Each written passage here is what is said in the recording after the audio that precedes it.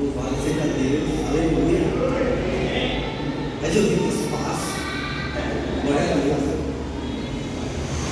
Queridos, abra sua Bíblia em Êxodo, capítulo de número 19. É um privilégio estar com vocês, mais um aniversário dessa igreja maravilhosa.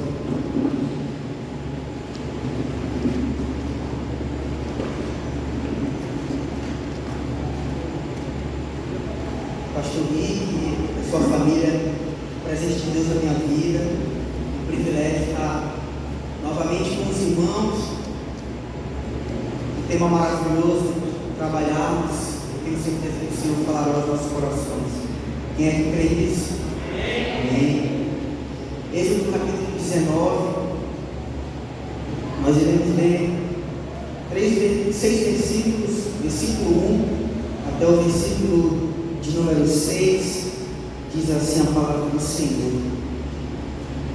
No primeiro dia, no terceiro mês, após a saída dos israelitas do Egito, chegaram ao deserto do Sinai. Depois de saírem e refugir, entraram no deserto do Sinai. Israel acampou ali diante do monte. Logo Moisés subiu ao monte para encontrar-se com Deus.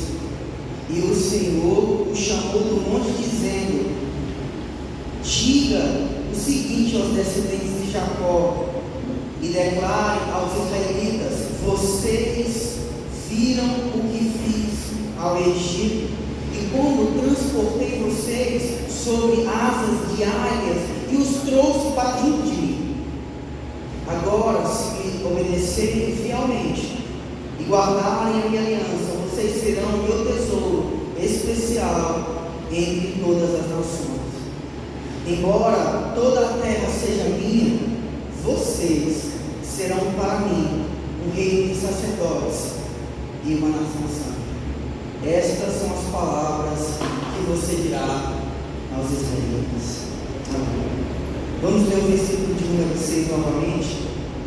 Vocês serão para mim um reino de sacerdotes e uma nação santa. Essas são as palavras que você dirá aos israelitas. Baixe sua cabeça, irmãos.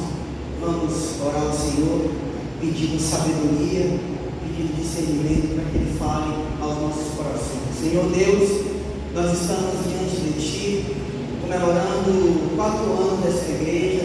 Quantas coisas o Senhor fez. Hoje é para nós olharmos para as Tuas bênçãos derramadas ao longo desses 4 anos. Senhor, como Tu és fiel, fiel não a nós, Senhor, fiel à Tua aliança, à Tua missão e ao Teu propósito. O Senhor é bom, o Senhor é maravilhoso. O Senhor usa pessoas falhas, como eu, como os meus irmãos, para proclamar o Teu reino.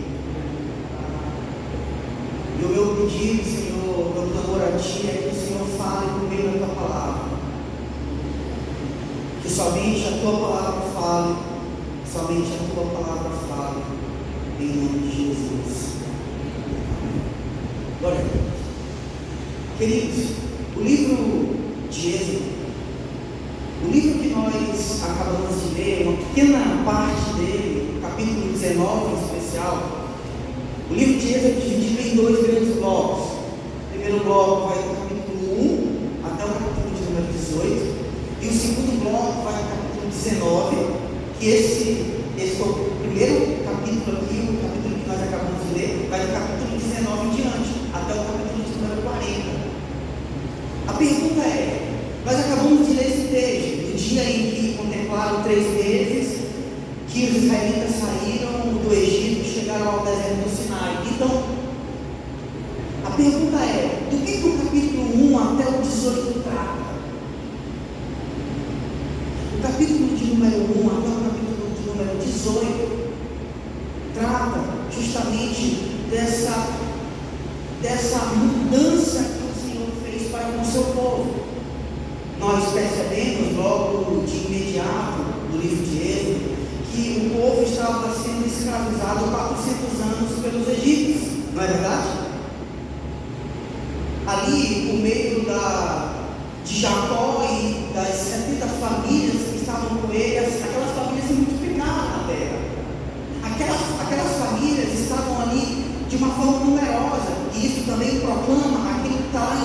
Gênesis capítulo de número 12.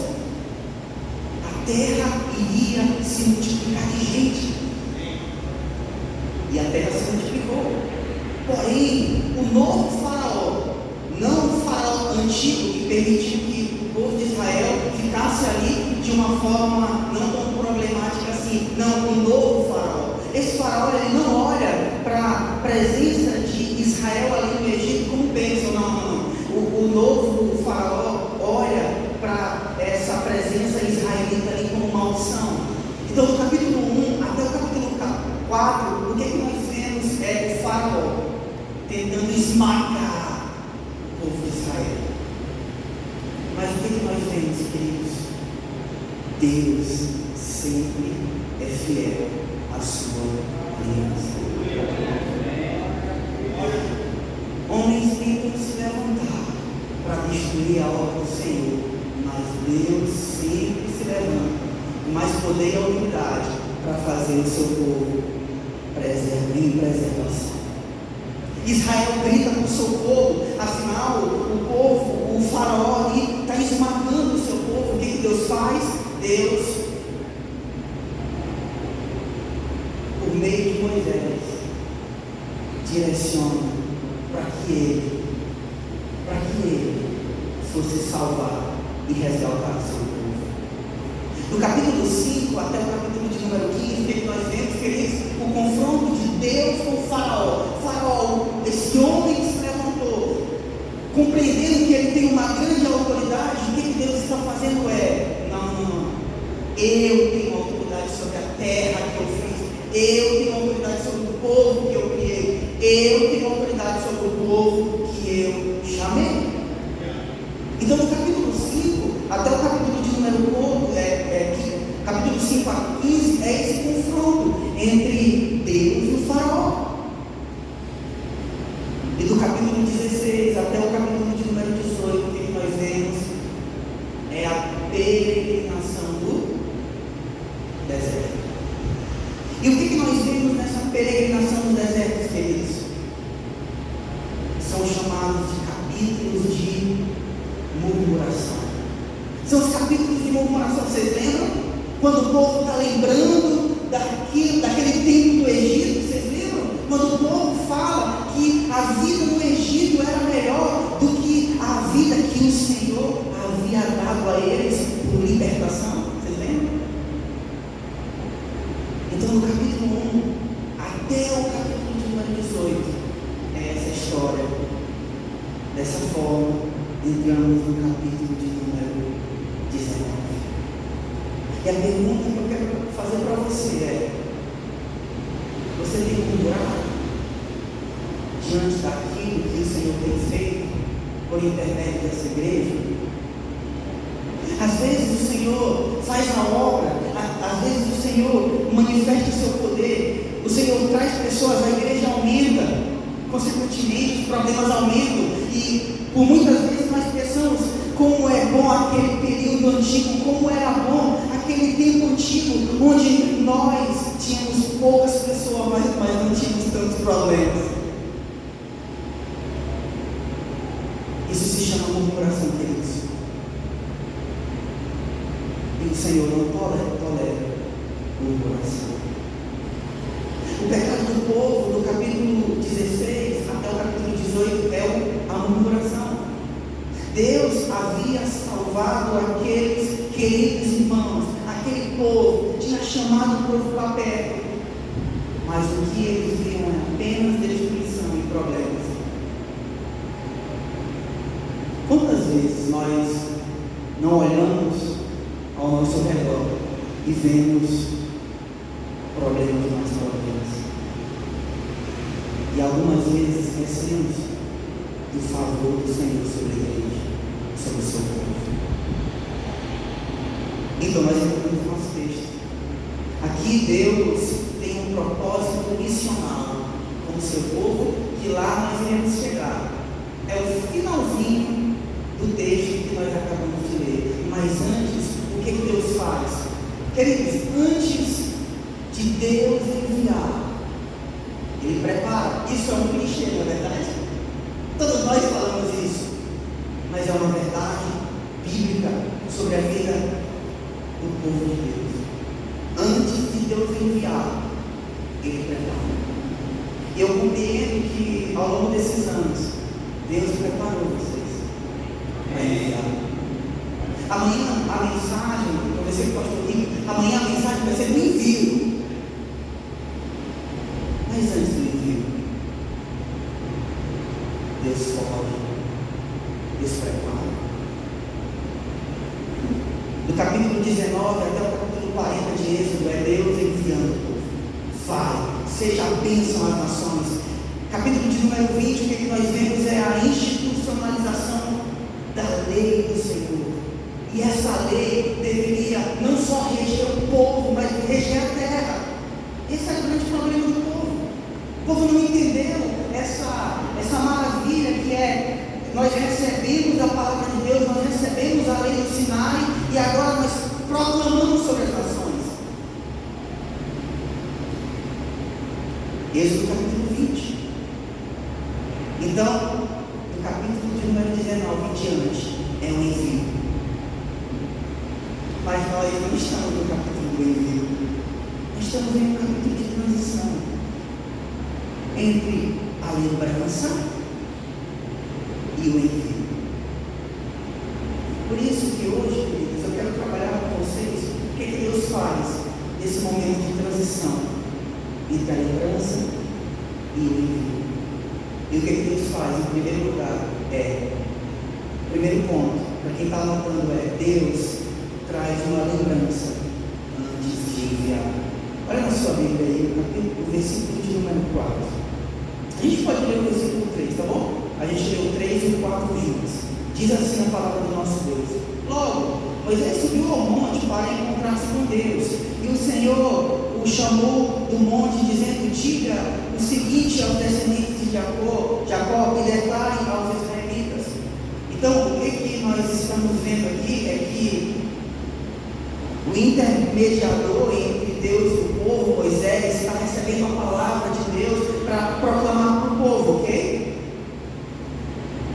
Então, quem aqui crê que essa é a palavra de Deus para as nossas vidas hoje? Amém? Então, olha só, o que a palavra de Deus nos diz hoje. Vocês viram o que fiz ao Egito? Ou vocês viram o que eu fiz nesses 4 anos?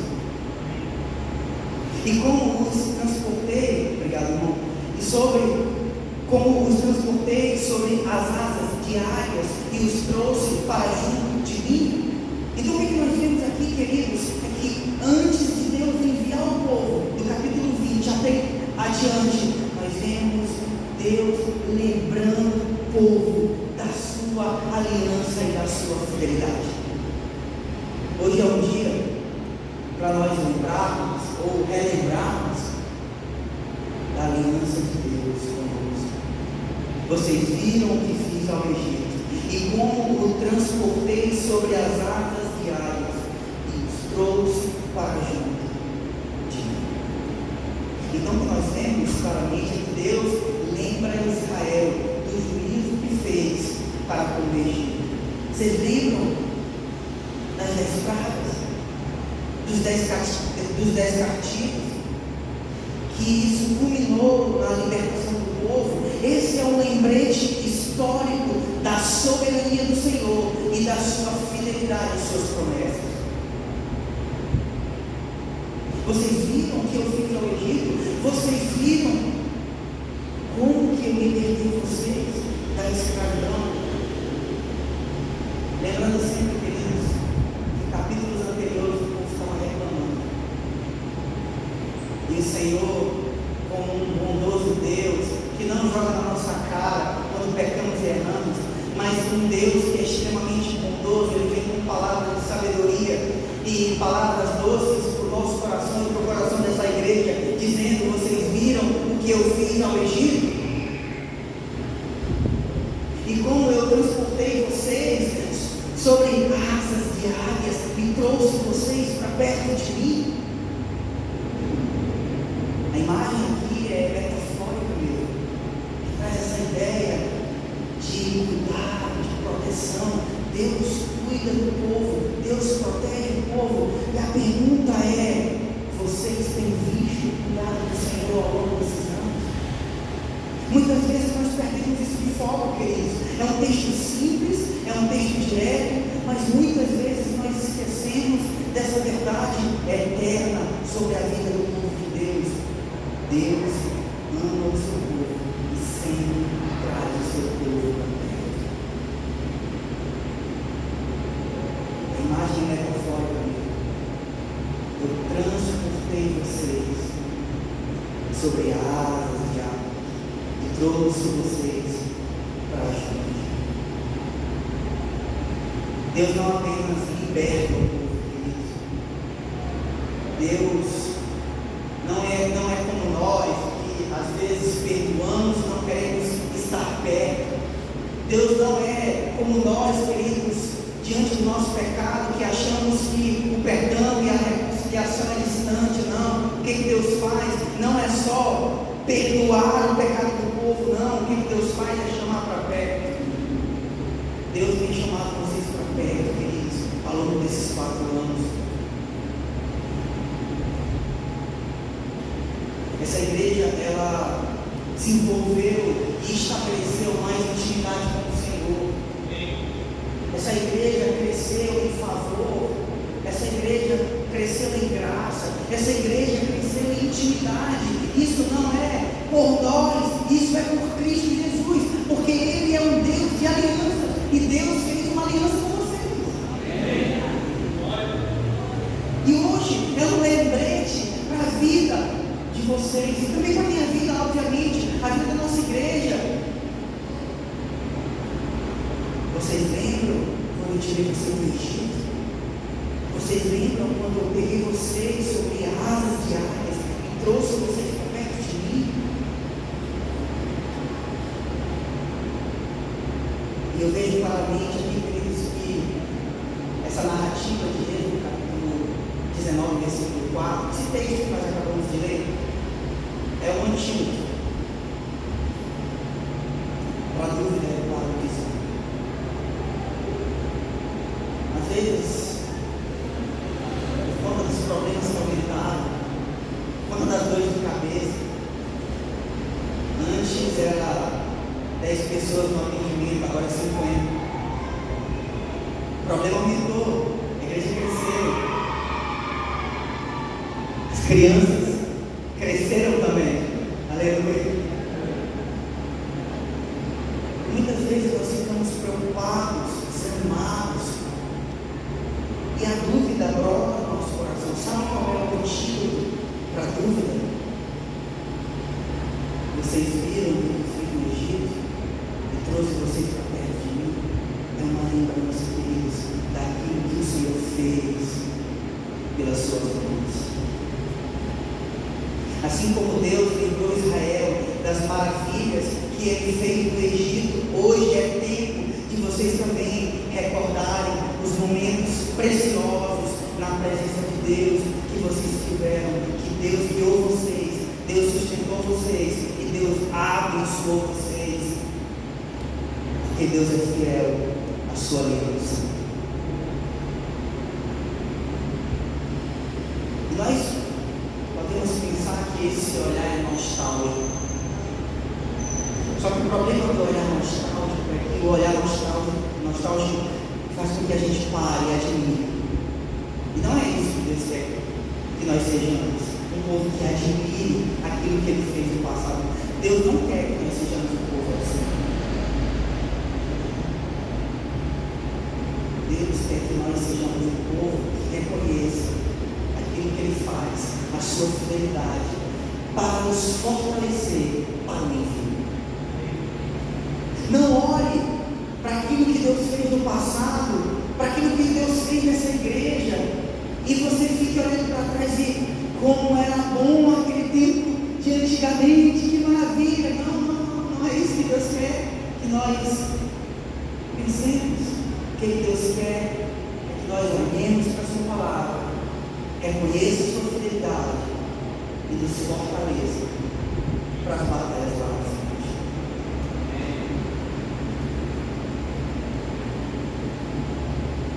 A ponto Bereia, eles não chegou aqui para cá. Quem aqui na tua casa? A Ponto Bereia chegou aqui pela força e pelo poder daquele que reina sobre tudo. E muitas vezes estamos com dúvida, desanimados, mas é tempo para olharmos para aquele que rege sobre a terra e para aquele que demonstra o seu poder sobre tudo. Cada vida transformada nessa comunidade, cada desafio superado é testemunho de Deus que tirou você do Egito. Aleluia! Segundo ponto que nós vemos nesse texto, versículo 5, versículo 6, parte A, é o Deus que forma a identidade antes de entrar. Hoje nós aprendemos com o versículo 4 que Deus traz uma lembrança antes da missão. O segundo ponto que nós aprendemos com esse texto é: Deus forma a nossa identidade como povo. A Ponto Bereia tem uma identidade. Deus faz isso mesmo, antes de enviar para a missão aquilo que Ele quer derramar sobre a vida de vocês, por intermédio de vocês, para explodir São Luís do Maranhão em nome de Jesus. Diz assim o versículo de número 5, versículo 6: agora, se me obedecerem fielmente e guardarem a minha aliança, vocês serão o meu tesouro pessoal dentre todas as nações. Depois de Deus lembrar as maravilhas que Ele fez no Egito, da libertação, do favor que Deus teve para com aquele povo, essa metáfora maravilhosa da águia, trazendo o povo para si, agora Deus afirma algo condicional. Deus fala sobre condições e propósitos da aliança. A obediência do povo de Deus está ligada integralmente à sua identidade. Por isso que essa igreja não pode de forma nenhuma sair do trilho da sua identidade. Não é a cultura que manda as nossas vidas, a vida da nossa igreja, não é o mundo que dita as regras da nossa igreja, não. A palavra de Deus, somente a palavra de Deus dita as regras da nossa igreja. Agora, se me obedecerem fielmente e guardarem a minha aliança, vocês serão meu tesouro pessoal dentre todas as nações. Aqui está o coração da relação que Deus tem com o seu povo. Deus liberta, Deus conduz, mas Deus não nos deixa à margem. Deus nos liberta, Deus nos conduz para perto, mas Deus nos dá uma aliança, um pacto estabelecido. Louvado seja Deus.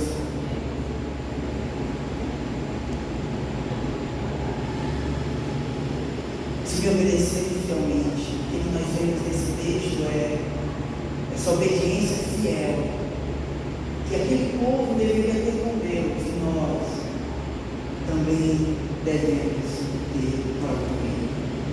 É uma dedicação integral no relacionamento com Deus. Portanto, a minha pergunta para você, de uma forma pessoal para a sua vida, mas também de uma forma pessoal para a vida da igreja é: vocês têm vivido integralmente para Jesus Cristo? Ou o Evangelho de Jesus, ou a palavra de Deus é apenas uma parte da pizza da sua vida?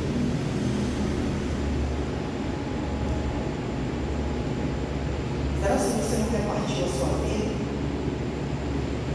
deixando trabalho, família e espiritualidade, e depois você começou a cortar mais a pizza, a fazer?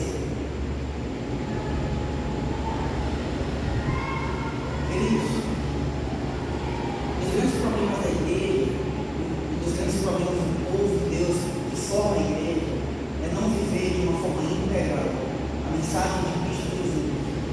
a obediência fiel e perseverante. Nós não podemos dividir a nossa vida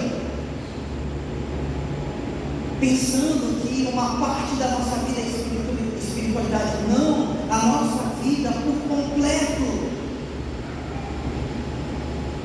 deve obedecer aos trilhos do Evangelho. Deus nos deu uma identidade. Deus deu uma identidade para vocês ao longo desses 4 anos. Todas as questões acidentais, será mesmo se foi acidente de percurso? Eu não creio nessas coisas, queridos, e acredito que vocês também não.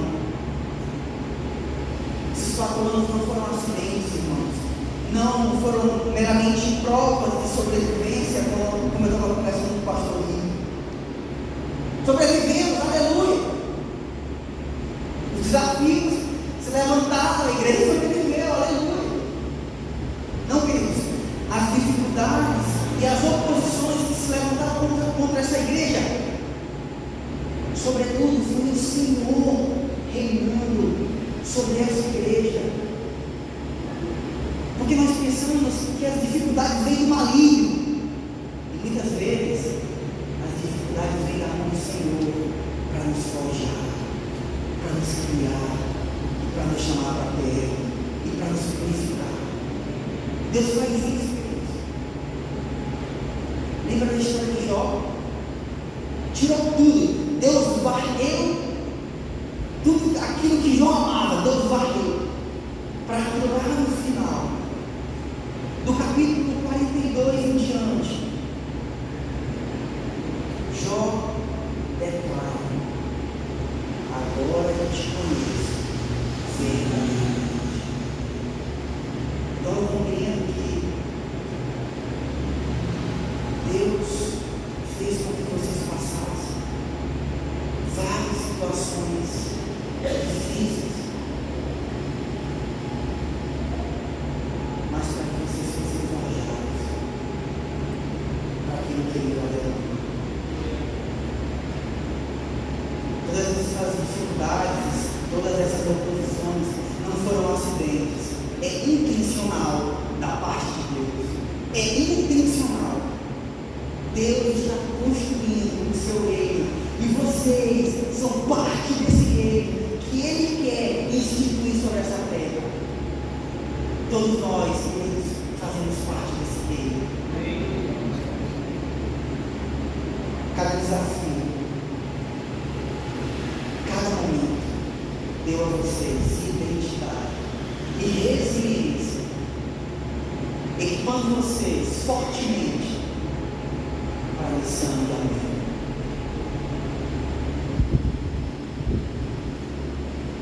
Deus traz uma lembrança. Deus lembra que nos tirou do Egito. Deus lembra que Ele nos deu uma nova identidade, mas Deus também estabelece uma comunidade, uma extensão. Versículo 5, parte B até o versículo 6, diz assim a palavra do Senhor: embora toda a terra seja minha, vocês serão para mim um reino de sacerdotes e uma nação santa. Essas são as palavras que você dirá aos israelitas. Essas são as palavras que você dirá à igreja velha. Vocês serão para mim reino de sacerdotes e uma nação santa.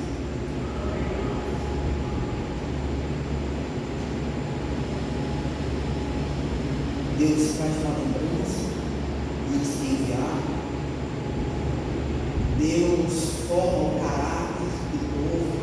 Deus deu uma identidade e é minha segunda vez na conferência e é perceptível como vocês têm uma identidade de igreja. É maravilhoso falar com vocês. Aleluia. Louvado seja Deus.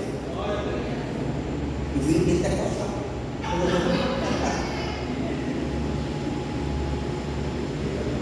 É perceptível, irmãos, como que Deus formou vocês, como que Deus deu uma identidade. Vocês têm uma identidade de povo. E isso é maravilhoso, porque se você for para outra comunidade, você vai ver que é diferente, mas isso representa a multiforme graça do Senhor, rondando a terra e multiplicando o seu povo.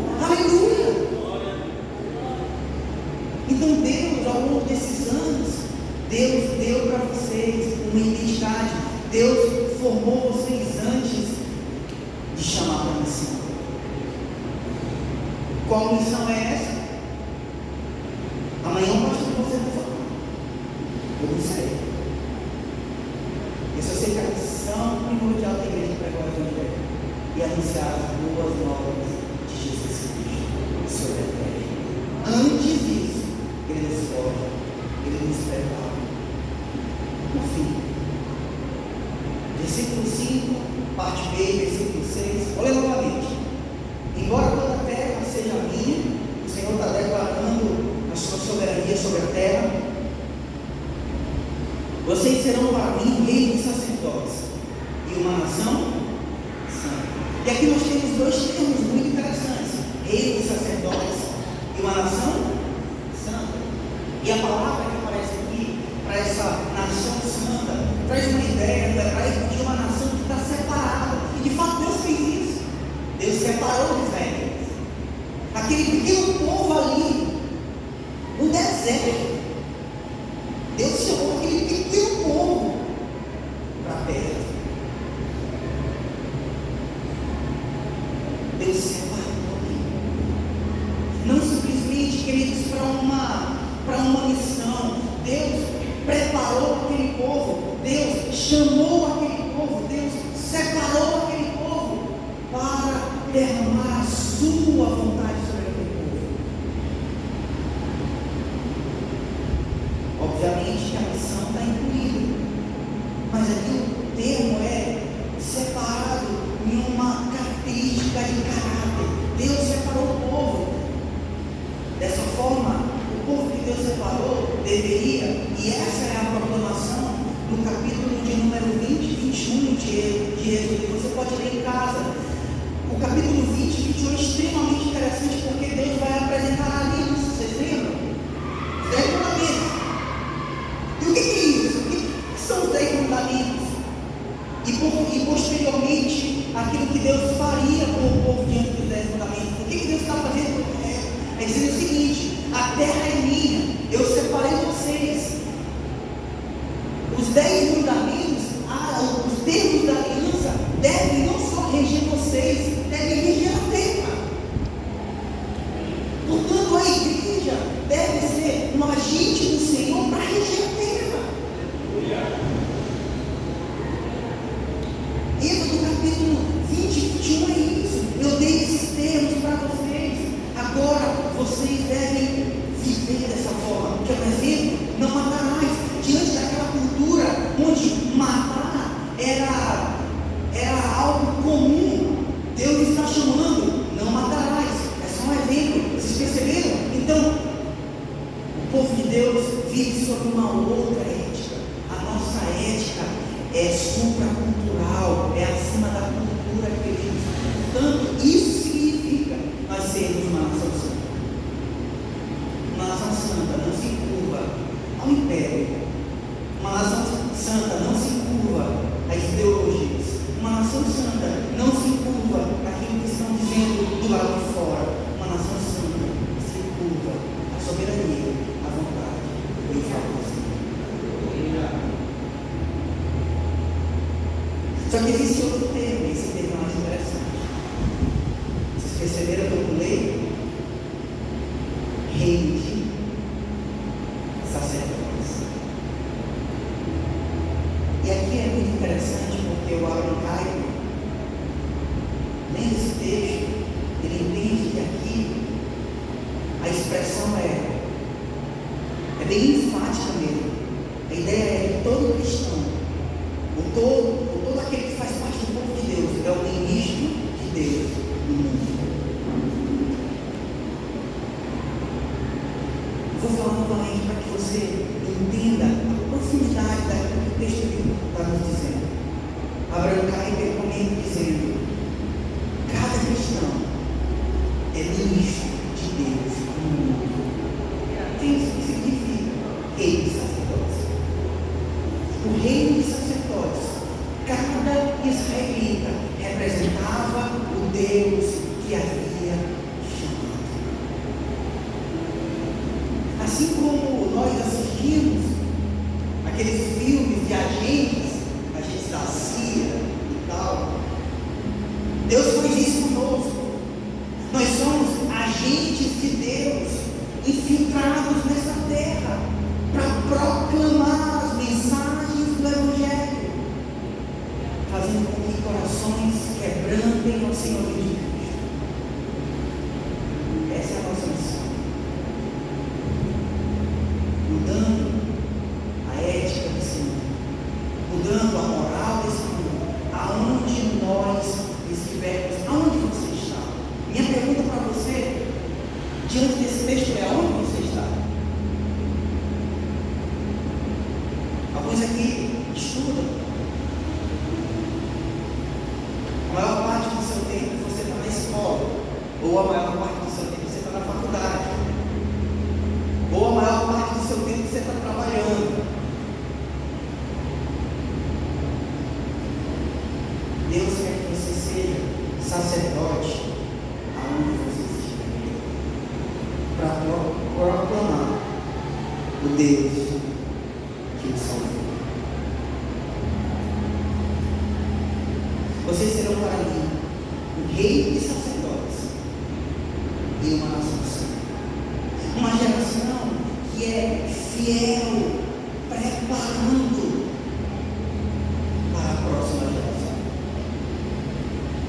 Nós acabamos de olhar um vídeo maravilhoso, esses 4 anos. Irmãos,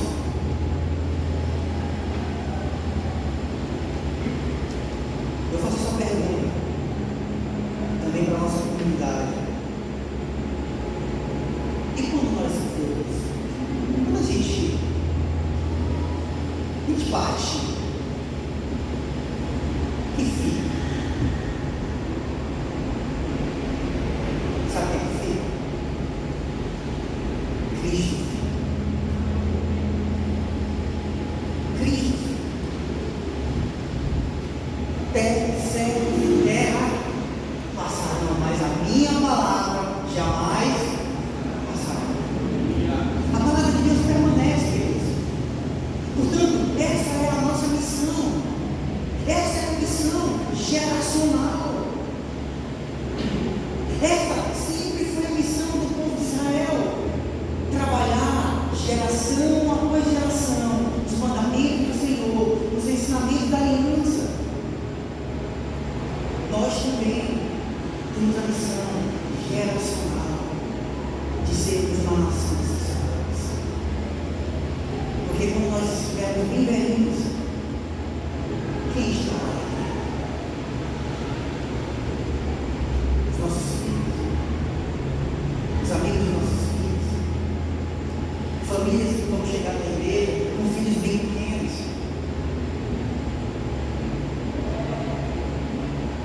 Lá atrás, Berea Kids, irmão. Berea Kids, próxima geração. E a pergunta é: o que nós estamos fazendo? Será que nós estamos proclamando verdadeiramente Jesus Cristo e vivendo sob fidelidade? Nós somos uma nação de sacerdotes, queridos. Nós somos uma nação santa. Será que nós estamos formando e forjando a próxima geração? Essa é a pergunta do Senhor. Uma geração que é fiel a Deus prepara o terreno para que a próxima geração continue o propósito divino da vida.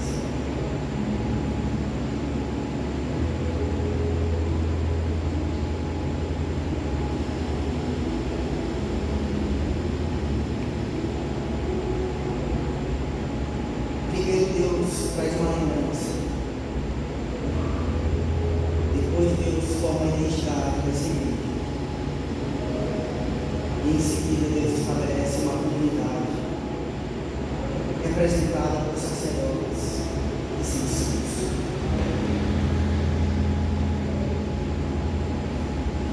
A primeira implicação que eu queria fazer na sua vida é: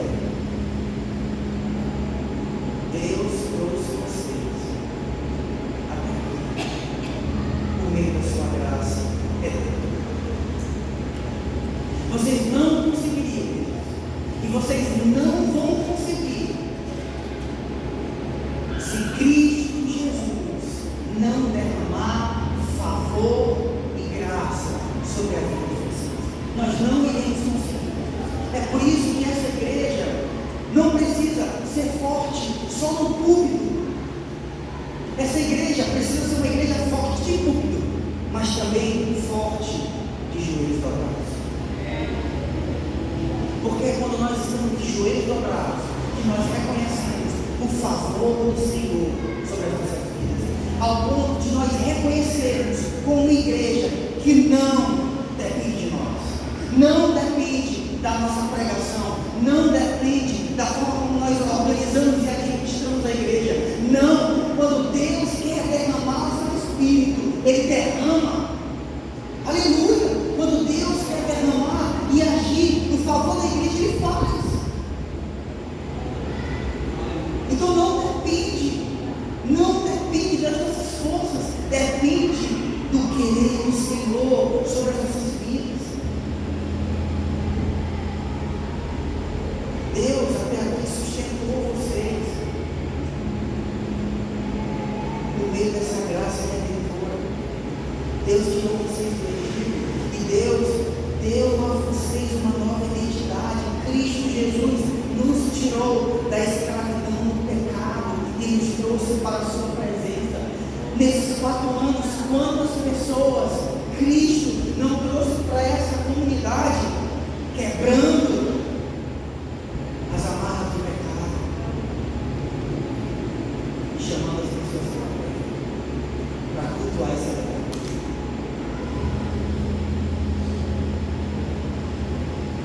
Segunda aplicação prática para a sua vida é: Deus moldou a identidade dessa igreja no meio da sua palavra e nos termos da aliança. Queridos, Deus transformou vocês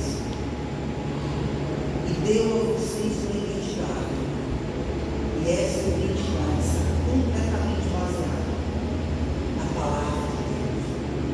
Vocês não devem se amoldar, nós não devemos, eu incluo aqui também, representando a nossa comunidade, nós não devemos tentar de todas as formas nos amoldar ao padrão do mundo, porque se nós formos olhar, o padrão do mundo é o quê? O que é uma igreja de sucesso do mundo? É uma igreja rica, é uma igreja próspera, é uma igreja cheia de membros. Será que isso de verdade é prosperidade do Senhor? Prosperidade do Senhor, queridos, é um povo que continua em adoração e rendição. Isso é prosperidade. Se Deus quiser fazer, Ele faz. Eu sempre falo com os líderes da nossa igreja: se Deus quiser expandir a nossa igreja, Ele vai fazer. Mas segundo Atos capítulo 2, Deus ia acrescentando aqueles que iam sendo salvos. A nossa missão, o nosso propósito é esse. É só ser fiel. Porque se Deus quer derramar, Ele vai derramar. E eu tenho certeza que Ele vai derramar. Porque nesses 4 anos Ele forjou vocês. Ele transformou vocês. E por fim, a terceira e última aplicação: Deus levantou vocês nessa terra. Como igreja, Deus deu para vocês uma missão, e a missão é: vocês são sacerdotes, vocês são santos. E Cristo, essa verdade ela se cumpre completamente, plenamente. Primeira carta de Pedro, capítulo 2, versículo 9, ele afirma: vós sois, pois, adquirido para anunciar as virtudes daquele que vos chamou das trevas para a maravilhosa luz. Em Cristo, irmãos, nós somos esses sacerdotes. Em Cristo, irmãos, nós somos essa nação santa. Não somos santos pela nossa força, nós não somos santos pela quantidade de coisas que fazemos, não. O Espírito nos santifica. Nós oramos, somos fiéis, no meio do poder do Espírito sobre nós. E nós proclamamos como sacerdotes. Esse é um dos grandes lemas da reforma, não é? Sacerdócio universal, todos os santos. Todos nós somos sacerdotes. Todos nós temos uma missão. E a missão é proclamar Cristo e transformar essa sociedade para a glória de Deus. Vocês podem orar comigo? Vamos levantar.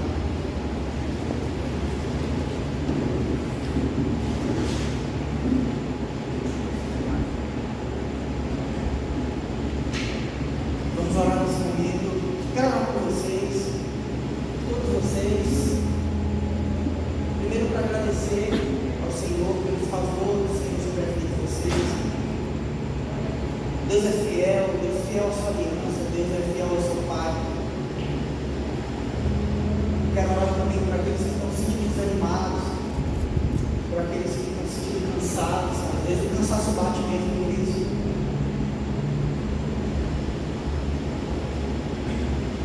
Quero orar para que o Senhor e o favor do Senhor possa descer sobre a vida desse igreja, possa permanecer.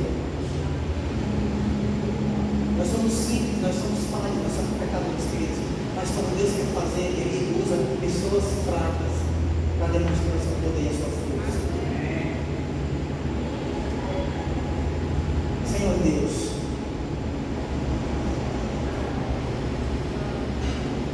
Tua palavra nos eficaz. Tua palavra, Senhor, é poder.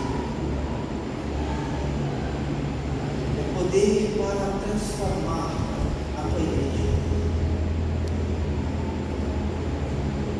Hoje o Senhor nos fez lembrar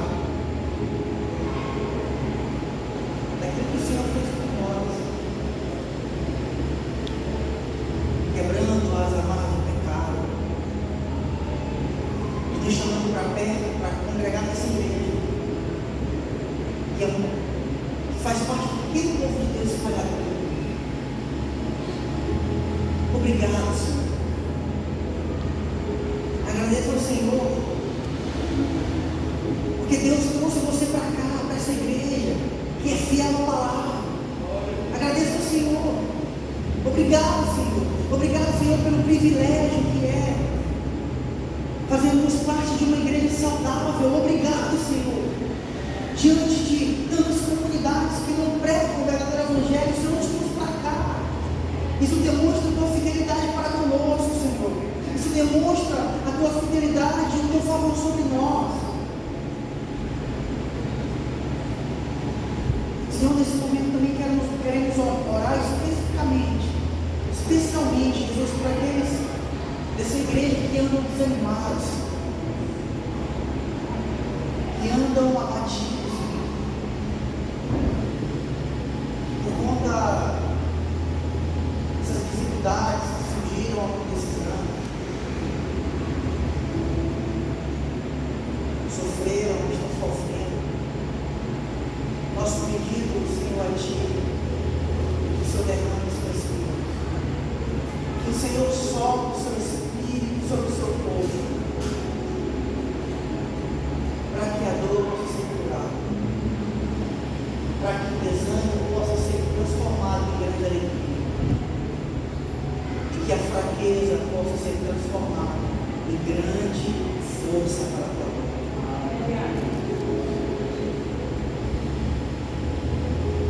Senhor, nós agradecemos pelo